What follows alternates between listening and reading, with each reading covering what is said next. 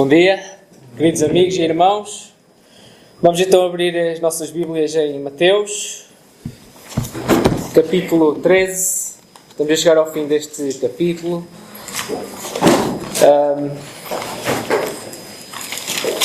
E como o Jonatas introduziu bem, hoje nós vamos falar sobre a familiaridade que temos com as coisas de Deus e como isso nos pode muitas vezes levar ao desprezo e à incredulidade.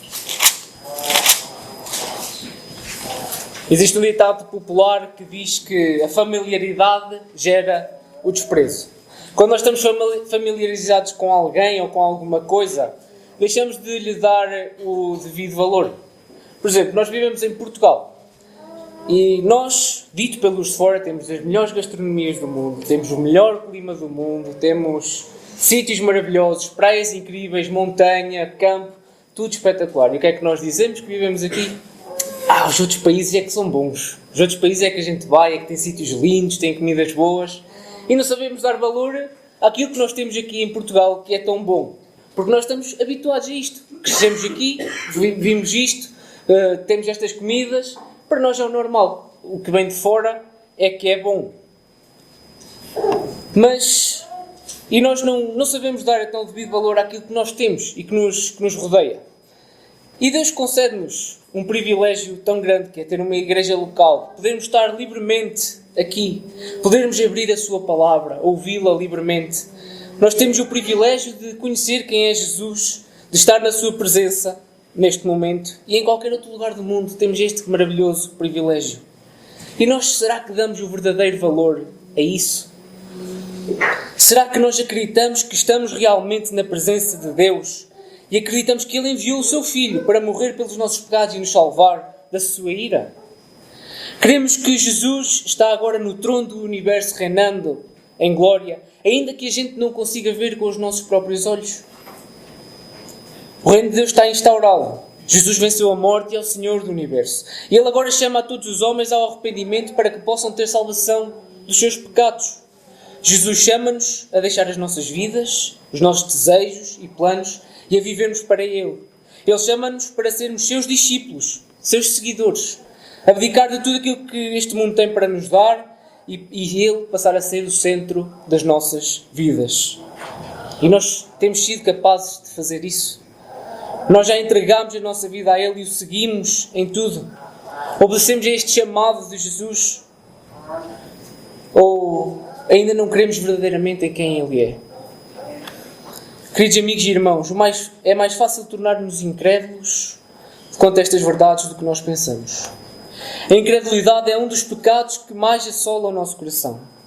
Ele é como a barba de um homem, o cabelo que está sempre a crescer. Mesmo que nós o cortemos, ele volta a crescer. E a incredulidade é assim no nosso coração porque nós somos pecadores. Ela brota e nós temos sempre que a cortar. E o nosso texto de hoje fala-nos disso mesmo. Vemos como essa incredulidade priva-nos de desfrutar da glória de Deus e do seu maravilhoso poder. O nosso texto fala-nos de como Jesus é rejeitado pelos seus próprios conterrâneos, por causa deles o conhecerem desde sempre. Estavam habituados a ver Jesus, eles conheciam Jesus. Eles não quiseram acreditar que Ele vinha realmente da parte de Deus, que Ele era o Messias, aquele que veio para instaurar o seu reino.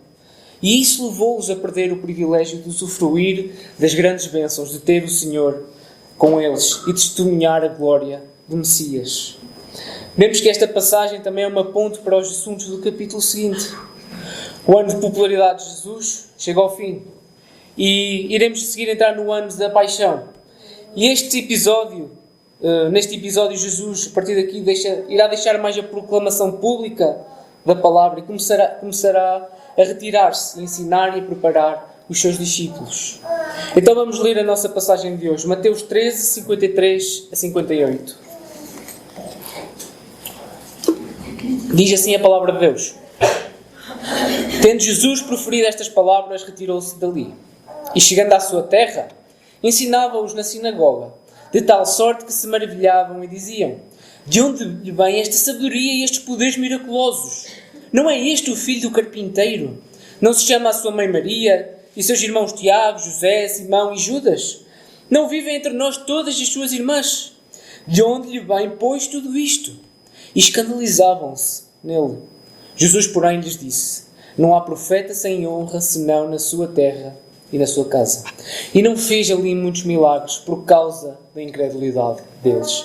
Até aqui a palavra de Deus. Vemos então o nosso texto, que o nosso texto pode ser dividido em 2 blocos.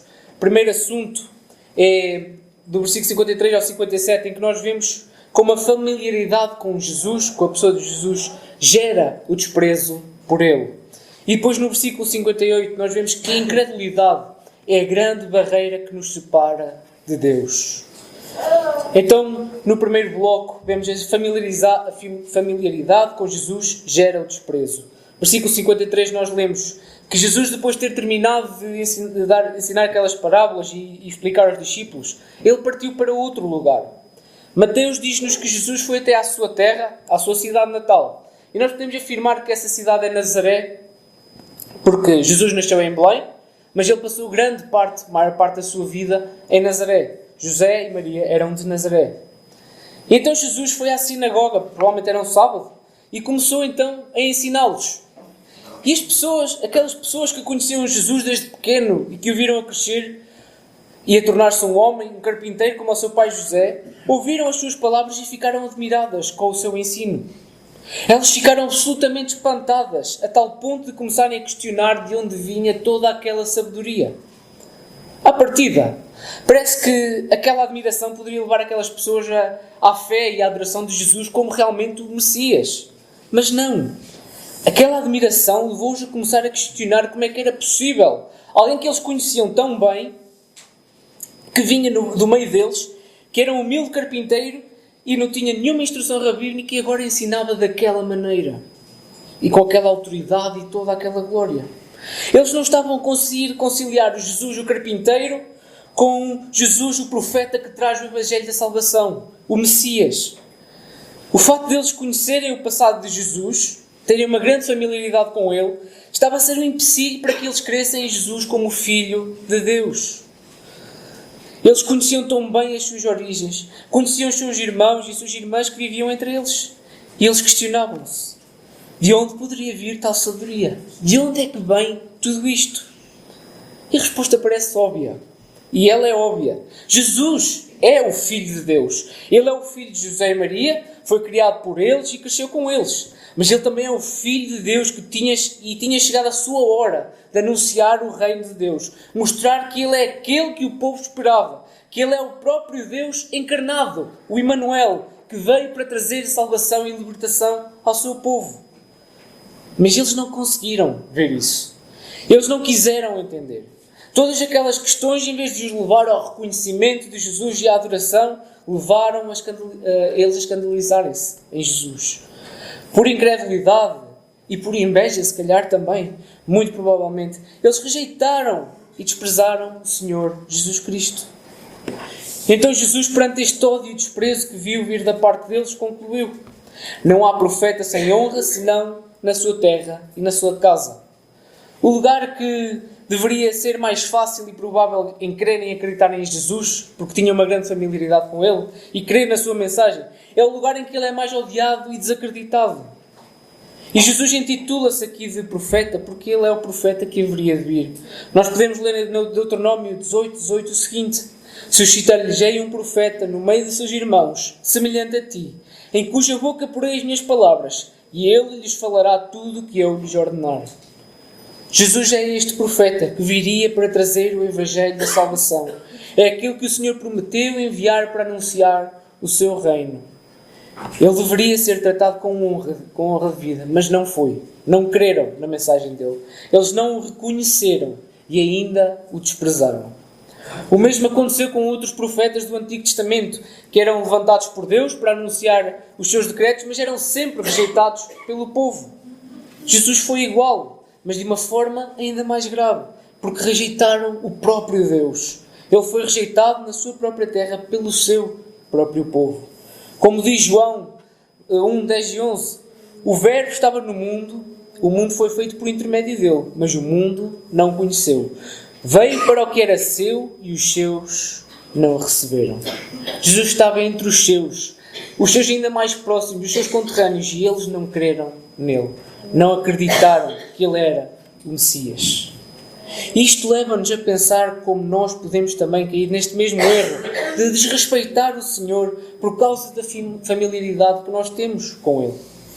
A familiaridade que temos com a religião cristã e o conhecimento de Jesus pode nos levar ao desrespeito por quem Ele é. John C. Ryle diz: nada endurece mais o coração de um homem do que uma familiaridade estéril com as coisas sagradas. Mesmo não crescendo numa família evangélica, todos nós conhecemos o nome de Jesus e sabemos aquilo que Ele fez. Mas será que conseguimos compreender e dar o verdadeiro valor que Ele merece ter? Ou nós desprezamos o valor da sua obra e a pessoa que Ele é? Muitos de nós, desde pequeninos, que ouvimos as histórias da Bíblia, ouvimos sobre a vida de Jesus, que Ele é o Filho de Deus, que veio para morrer na cruz em nosso lugar, para que nós pudéssemos ser justificados e perdoados dos nossos pecados. Ouvimos que Ele ressuscitou e agora vive em glória e está no céu, reinando, e que um dia virá buscar aqueles que são seus e julgará toda a humanidade por crer ou não crer nele. Mas de que forma é que isso impacta a nossa vida? Cremos verdadeiramente nestas verdades? Ou deixamos-nos levar pela familiaridade que temos com elas, desprezando todo o valor que elas têm? Podemos perguntar, como o Jonatas disse bem, quem é Jesus para nós? É Ele uma personagem mitológica? Uma personagem histórica que nós sempre conhecemos, desde sempre, que ouvimos falar? Ou é o Deus Todo-Poderoso que reina sobre o universo? Para aquelas pessoas, Jesus não podia passar de ser o filho de José e Maria para ser o Messias. Para eles isso não era possível acontecer. Eles não quiseram crer nisso. Eles tiveram entre eles o Deus encarnado por cerca de 30 anos. Tiveram o privilégio de presenciarem Jesus a crescer em graça e sabedoria, a preparar-se para a sua missão redentora. Jesus viveu uma vida perfeita, humilde e submissa entre eles. Ele não se tornou um Messias e ganhou o poder da perfeição só depois de ter começado a proclamar e a manifestar o seu poder. A vida que ele viveu até esse momento e que eles conheciam tão bem estava agora a ser justificada por ele ser verdadeiramente o Filho de Deus, aquele que é perfeito. E eles poderiam agora entender o porquê de tudo aquilo que ele fazia. Mas eles não conseguiram ver isso. Eles não quiseram aceitar isso e preferiram odiá-lo em vez de o reconhecer e receber e glorificar. Quando Jesus lhes anunciou o Evangelho e lhes revelou o seu poder e autoridade, eles desprezaram-no e rejeitaram. Ficaram escandalizados com aquilo que ele fez. E nós hoje também caímos neste erro de não reconhecer o precioso valor de Jesus e a veracidade da sua palavra. E isso vê-se desde as coisas mais simples às coisas mais importantes. Por exemplo, nós podemos cair no erro de desprezar o livre acesso à palavra de Deus. Nós temos o privilégio de viver num lugar em que temos a palavra de Deus à nossa disposição. Somos livres para a ler e possuir e nós não lhe damos o devido valor. Irmãos, quantas pessoas é que não deram a vida para ter uma pequena porção da Escritura nas suas mãos e para conhecerem um pouco mais de Deus? Quantas pessoas não deram a própria vida por conhecer mais um pouco do Senhor? E nós hoje temos acesso à palavra de Deus. Temos lá o livro mais precioso do mundo nas nossas mãos. E não queremos saber. Porque é uma coisa vulgar para nós. Todos nós de certeza que temos uma Bíblia. Todos nós de certeza que já conhecemos algumas passagens da Bíblia. Mas não a valorizamos como ela deve ser valorizada. Não nos apegamos a ela. Ela que deveria ser o guia da nossa vida, não passa muitas vezes de um livro que apenas trazemos e quando trazemos para a igreja. Não a lemos, não lhe damos atenção e trocamos facilmente tudo aquilo que ela diz ser o melhor para nós e os decretos de Deus, a vontade de Deus, por aquilo que nós achamos ser melhor para nós mesmos. John C. Ryle diz: a familiaridade gera o desrespeito. Como diz o ditado, os homens esquecem-se de que a verdade é verdade, não importa quão antiga e comum pareça ser, e a desprezam por causa da sua antiguidade. Desprezar a palavra de Deus é desprezar o próprio Jesus, que é a palavra encarnada. Também podemos cair no desprezo por aqueles que Deus levanta para junto de nós para proclamar a sua palavra.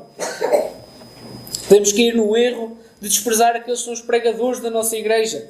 O próprio Jesus disse: nenhum profeta é desprezado a não ser na sua própria terra e família, não é? O que vem de fora parece ser sempre melhor do que aquilo que nós temos. A galinha da vizinha é sempre melhor que a minha, diz o ditado. Pregadores de fora parecem ser sempre melhores. Nós não conhecemos o seu histórico na totalidade. Nós não conhecemos os seus defeitos e a confiança não é tanta. E isso faz parecer que aquela pessoa é melhor. E é melhor do que aquilo que ela verdadeiramente é. Mas nós conhecemos os nossos pregadores da nossa igreja. Muitos vimos-los a crescer, tivemos conflitos com eles, conhecemos os seus defeitos e estamos bem familiarizados com eles. Então deixamos de dar valor à sua pregação. Nós desprezamos a ação de Deus naquela pessoa e a forma como Deus usa aquela pessoa para nos trazer a sua palavra até nós. É Deus que coloca aquela pessoa aqui para nos alimentar com a sua palavra. Desprezar os homens de Deus que Deus levantou para nos trazer a sua palavra e pastorear é também desprezar o próprio Cristo. Mais uma vez, John C. Riley, inspirei-me muito nele e gostei muito daquilo que ele comentou acerca disto. Diz: todos nos inclinamos a desprezar as misericórdias do quais somos alvo. Se estamos acostumados com elas e nós as consideramos sem importância. Todos nos inclinamos a desprezar as misericórdias de quais somos alvo. Não deixes que a familiaridade te tolde o discernimento. Não permitas que esta familiaridade que tens com as coisas de Deus, com o conhecimento de Jesus, seja influenciada pela incredulidade e que ela te segue. Não te deixes ver a grandeza, a profundidade e a riqueza e a seriedade com que deves levar as coisas de Jesus. Jesus não é uma fábula. Ele é real e está aqui mesmo hoje diante de ti. Ele reina sobre tudo e sobre todos. Quer tu acredites, quer não acredites. Não desprezes essa maravilhosa bênção que é poder conhecer verdadeiramente o Salvador da humanidade. E o segundo ponto, a incredulidade é a grande barreira que nos separa de Deus. Quando a familiaridade gera desprezo, é porque já existe incredulidade no nosso coração. Já estamos a ser afetados por ela. E diz assim o versículo 58: e não fez ali muitos milagres por causa da incredulidade deles. Jesus não operou ali muitos milagres porque aqueles homens não queriam que ele era o Messias. Depois de ver a falta de fé daquelas pessoas, Jesus conclui que não valia a pena fazer ali milagres. E ao ler estas palavras, nós podemos pensar que Jesus poderia continuar a fazer milagres, porque poderia ser que, vendo os milagres, aquelas pessoas realmente então convertessem-se e crescem que ele era o Messias. Mas nós sabemos que não. E até podemos pensar que, afinal, o poder de Jesus é limitado pela fé das pessoas. Também não é isso. Não é verdade. Nós sabemos que os milagres têm um propósito específico.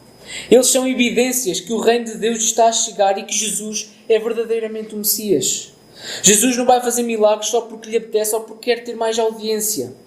Ele realiza os milagres quando quer provar um ponto, para que não reste dúvida nenhuma de quem ele é. E como Jesus estava perante uma cidade incrédula, os milagres iriam ser um desperdício e só iriam servir para condenar mais aquelas pessoas. A culpa deles ainda seria maior se, ao ver milagres, continuassem a ser incrédulos como eles eram.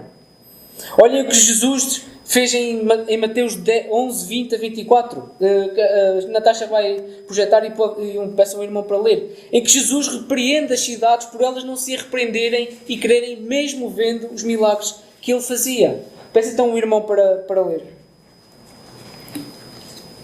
Passou então Jesus a increpar as cidades das quais eles operaram numerosos milagres pelo facto de não se terem arrependido. Ai de ti, Corazim, ai de ti, Betsaida, porque se em Tiro e em Sidom se tivessem operado milagres que em vós se fizeram, há muito que eles se tinham arrependido com pano de saco e cinza. Eu, contudo, vos digo, no dia do juízo haverá menor rigor para Tiro e Sidom do que para vós outros. Tu, Cafarnaum, elevar-te-ás porventura até ao céu, e chegares ao inferno, porque se em Sodoma se tivessem operado os milagres que em ti se fizeram, teria ela permanecido até o dia de hoje. Digo-vos, porém, que menos rigor haverá no juízo, no dia do juízo, para com a terra de Sodoma do que para contigo. Digo-vos, porém, que menos rigor haverá no dia do juízo para com a terra de Sodoma do que para contigo. Cafarnaum iria sofrer por não crer em Jesus. Aqueles nazarenos não queriam acreditar também em Jesus. E Jesus poupou-os de não terem um juízo ainda mais duro do que aquele que eles já iriam receber. Como se Paulo diz, infelizmente o povo da cidade natal de Jesus perdeu o tesouro, a pérola de grande valor, muito embora estivesse bem diante dos seus olhos. Aquela cidade tinha diante deles o próprio Deus encarnado. E por causa da sua incredulidade, por não quererem crer que Ele era quem realmente dizia ser, não testemunharam nem desfrutaram da presença e da glória de Deus. Muitos poderiam ter sido curados. Muitos poderiam ter sido libertos das amarras do pecado. Muitos poderiam ter usufruído de forma sublime da presença e do poder de Deus naquele dia. Mas graças à sua incredulidade, o grande tesouro fugiu-lhes das mãos. Este é o grande ensino e aviso da nossa passagem para hoje. A nossa incredulidade afasta-nos da glória de Deus.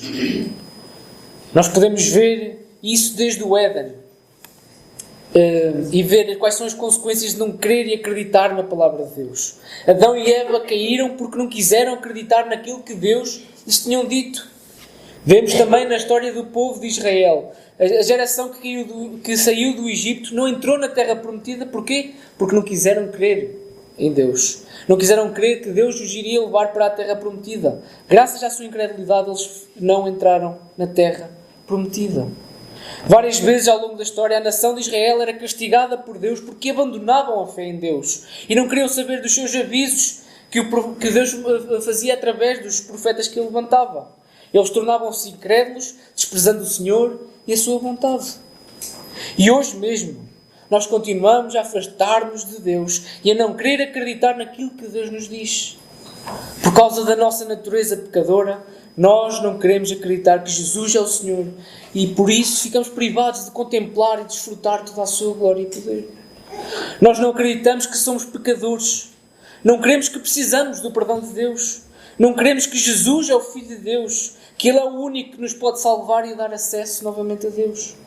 Por mais claras que sejam as evidências, por mais provas que possamos ter à nossa frente, se estamos possuídos pelo pecado da incredulidade, nós nunca iremos crer. Porque a incredulidade faz-nos isso mesmo. Ela cega-nos, ela corrompe toda a lógica e discernimento que nós possamos ter. Ela priva-nos de Deus e torna o nosso coração cada vez mais empedernido. Hoje muitos desculpam-se. Se eu tivesse visto o Senhor face a face, se eu tivesse presenciado os seus ensinos, os seus milagres, e se tivesse vivido com Ele, não teria dúvida nenhuma e creria que Ele é o Senhor. Irmãos, a nossa incredulidade não é vencida por essas coisas. Aqueles homens tinham o Senhor Jesus diante deles e não quiseram acreditar. Os próprios discípulos que viveram coisas maravilhosas, sublimes, com Jesus, momentos únicos, vacilaram na sua fé. A incredulidade apodera-se de nós porque nós somos pecadores e somos fracos. Ela apodera-se de nós porque nós amamos mais outras coisas do que amamos a Jesus. Nós até podemos dizer que queremos ver o reino de Deus instaurado, mas se depois o nosso viver é para as coisas do mundo, é para alcançar os objetivos que nós temos propostos para a nossa vida, é porque nós ainda não acreditamos verdadeiramente nisso. Nós até podemos clamar aqui que amamos Jesus, que Ele é tudo para nós, que não há nada nem ninguém mais importante que Ele para as nossas vidas. Mas depois lá fora, nós nos esquecemos disso. Vivemos para nós, buscamos os prazeres do mundo, desprezamos a igreja, os nossos irmãos, não lemos a Bíblia, praticamente não oramos. É porque nós ainda não cremos verdadeiramente em Jesus como o Senhor, o nosso Salvador, aquele que é mais que tudo para nós. Isso é sinal que nós ainda temos um coração incrédulo. As nossas ações comprovam a nossa fé. A nossa vivência irá testificar se verdadeiramente cremos ou não cremos que Jesus é o Messias, o Deus Todo-Poderoso. Se não vivemos de acordo com a fé que expressamos, então nós iremos sofrer as consequências disso. Podes andar enganado e achar que estás bem, que pertences ao reino de Deus, mas chegará o dia em que tudo ficará bem claro e quando te aperceberes disso, será tarde demais. A tua incredulidade irá tirar-te para o inferno e tu não poderás ver mais a glória de Deus. E aí serás julgado pelo próprio Deus a quem não creste, por não te teres arrependido e não teres entregue verdadeiramente a tua vida a Jesus. A tua incredulidade afasta-te da glória de Deus. Eu sei que estas palavras são duras, mas elas são um aviso solene para a nossa alma. Hoje ainda estamos no tempo da graça. Nós hoje ainda podemos nos arrepender dos nossos pecados e alcançar o perdão através de Jesus. Hoje ainda podemos ver a nossa vida a ser endireitada e podemos desfrutar da graça e da misericórdia do nosso Deus, que nos recebe alegremente por crermos nele. Mas chegará um dia em que isso não será mais possível. Por isso, para concluir, o meu conselho para ti e para mim é o seguinte: aprenda a dar o devido valor e reconhecimento à mensagem, a Jesus e à mensagem do Evangelho. Aprende a dar o devido valor e reconhecimento a Jesus e à mensagem do Evangelho. Não deixes que a incredulidade brote no teu coração e te afaste do Salvador. Deus permite estar aqui numa igreja. Permite-te ouvir a pregação da palavra. Deus permite que tu possas conhecer mais de Jesus e aquilo que Ele fez por ti.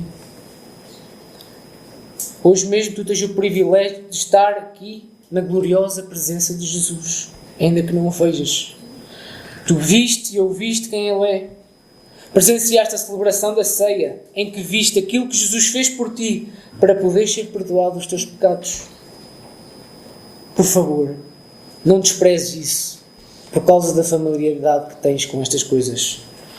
Não deixes que tudo isso se esfumasse como um vapor quando saís daquela porta para fora. Se tu ainda não tens Cristo no teu coração, este é o momento de creres nele e entregares a tua vida verdadeiramente a Ele. Olha para o que diz João 1, 11 e 12. Jesus veio para o que era seu e os seus não o receberam, como aqueles nazarenos. Mas todos os quantos receberam deu-lhes o poder de serem feitos filhos de Deus, a saber, aos que creem no seu nome. Se tu hoje creres em Jesus, poderás experienciar o maior milagre que acontecerá na tua vida. Tu passarás da morte para a vida. Os teus pecados podem ser perdoados.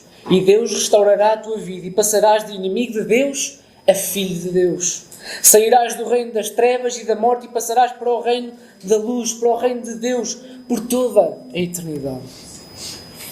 Se tu já crês que Jesus é o Messias, o teu Salvador, então agarra-te a estas verdades e não deixes que o pecado te tolhe o discernimento e faça brotar em ti a incredulidade em Jesus. Não há nada nem ninguém melhor e mais precioso do que o nosso Senhor Jesus Cristo, porque Ele é o Messias, Ele é aquele que te pode salvar. Ele é o Filho do homem que um dia reinará visivelmente sobre tudo e sobre todos. E aí todos terão que se ajoelhar diante dele e reconhecer que Ele é o Senhor.